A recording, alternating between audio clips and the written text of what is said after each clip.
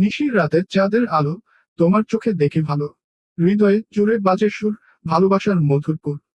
ওমা গো, কান্নায় ভেঙে পড়ল প্রথম বউ রিনা, রান্নাঘরের কোণে দাঁড়িয়ে। তিন বউয়ের মধ্যে আবার শুরু হলো ঝগড়া, কে আগে এসেছে, কে বেশি ভালোবাসে এক লোককে, এসব নিয়ে বাড়ি ছেড়ে চলে যাওয়া। ঝগড়ার এক পর্যায়ে মেজ বউ মিতা দম আটকে বলল, আমি আর না, এই বাড়ি আমি ছাড়ছি, এবং সুটকেস হাতে বেরিয়ে গেল। পেছনে তাকানো।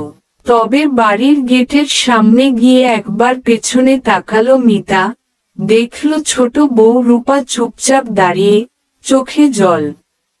রূপা এসে রিনার সঙ্গে আবার কথা কাটাকাটি শুরু করল, কার দোষে মিতা চলে গেল, সেটা নিয়েই। রাতে এক লোক চুপচাপ উঠোনে বসে বাঁশি বাজাতে লাগল। একটা করুণ সুর বাজল, যেন তিন নারীর ভালোবাসা, অভিমান আর বিদায়ের সুর মিলেমিশে একটা দুঃখের গান হয়ে উঠল।